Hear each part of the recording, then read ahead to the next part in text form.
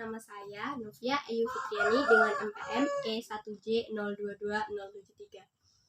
Di sini saya akan menjelaskan tugas saya, yaitu Project Method Morfologi spesies Sala Esalaca familia Arecaceae.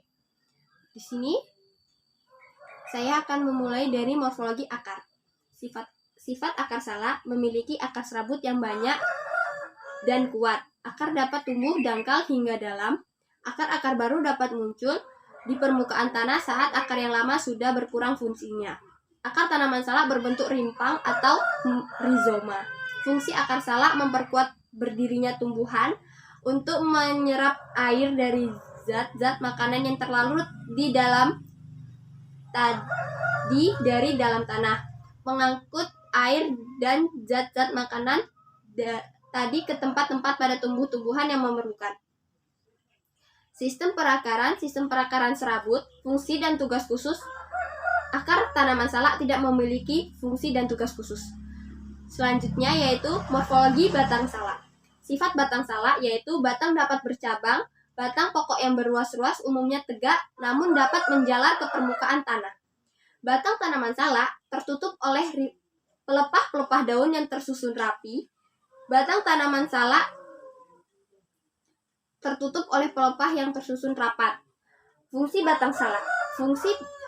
Adapun beberapa fungsi batang salak sebagai jalan pengangkut air dari zat-zat makanan dari akar ke atas dan jalan pengangkut hasil-hasil asimilasi dari atas ke bawah. Sebagai penopang tumbuhan sehingga membuat tumbuhan tetap bisa berdiri dengan tegak. Batang menjadi pendukung bagian-bagian lain yang ada pada tumbuhan sebagai struktur tempat melekatnya daun. Sebagai tumbuhan jelas tidaknya batang. Berbatang walaupun tertutup oleh pelepah. Batang tanaman salak pendek hampir tidak terlihat selain ruasnya padat dan juga pelepah daun yang tersusun rapat. Pembagian tumbuhan atas jelas tidaknya batang. Batang tanaman salak pendek dan hampir tidak terlihat karena selain ruas-ruasnya padat dan juga pelepah daun yang tersusun rapat. Bentuk batang berbentuk bulat, arah tumbuh batang tegak lurus. Selanjutnya yaitu percabangan batang. Percabangan pada pohon salak adalah percabangan menggarbu atau dikotom, yaitu cara percabangan yang batang setiap kali menjadi dua yang sama besarnya.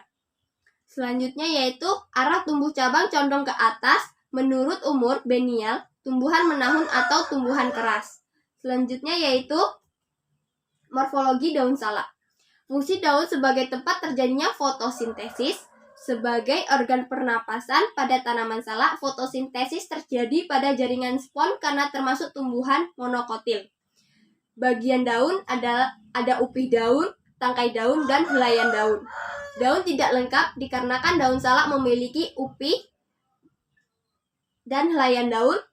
Jadi daun salak termasuk daun berupih atau berpelepah. Vagina, upih terdapat pada monocotyledone, berfungsi sebagai penyedia nutrisi. Petiolus tugasnya sebagai penghubung antara daun, batang, sehingga nutrisi dari air disalurkan dengan baik ke seluruh bagian tanaman. Lamina daun salak berbentuk pipih dan ujung meruncing. Lamina daun salak termasuk lamina daun berkelompok. Faktor identifikasi daun. Bentuk daun salak yaitu memanjang. Ujung daun salak meruncing, pangkal daun runcing, tulang daun sejajar atau bertulang keras, tepi daun rata, daging daun beserta perkamen seperti perkamen. Warna daun hijau, permukaan daun bawahnya berlapin lilin atau licin. Selanjutnya ada morfologi bunga salak. Fungsi bunga sebagai organ reproduksi, tempat berlangsungnya penyerbukan dan pembuahan. Bunga tidak lengkap karena pada pohon salak alat kelamin jantan dan alat betina terdapat pada pohon yang terpisah. Bunga tidak sempurna, alasannya adalah karena bunga salak terdiri atas bunga jantan dan betina dan terdapat di pohon yang berbeda. Bunga majemuk karena bunga salak terangka pada satu ibu bunga tangkai. Susunan bunga majemuk pada bunga salak adalah susunan majemuk tak terbatas, yaitu tongkol atau spadix, tertutup oleh seludung pada saat masih muda. Tumbuhan berumah dua karena reproduksi harus dilakukan oleh dua tanaman yang berbeda jenis alat reproduksinya. Selanjutnya ada morfologi buah salak. Buah salak termasuk golongan buah sungguh atau buah sejati majemuk, yaitu buah yang berasal dari suatu bunga majemuk yang masing-masing bunganya mendukung satu bakal buah. Tetapi setelah menjadi buah tetap berkumpul sehingga seluruhnya tampak seperti satu buah saja. Bagian bunga yang ikut tumbuh bersama buah salak termasuk buah sejati tunggal berdaging yang termasuk buah batu karena berasal dari ovarium berbiji tunggal dengan lapisan keras yang mengelilingi biji yang disebut dengan istilah endokarp. Selanjutnya ada morfologi biji salak. Biji salak termasuk biji tertutup karena bijinya dilindungi oleh daun buah. Tipe perkecambahan pada biji salak adalah hipoges. Selanjutnya ada morfologi organ metamorfa dan aksesoria. Salak memiliki duri untuk melindungi buah dan pohon salak.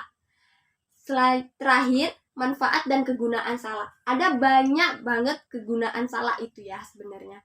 Selain enak dimakan buah salak itu, ada pun beberapa manfaat salak sebagai berikut. Pertama, dapat merawat kesehatan mata.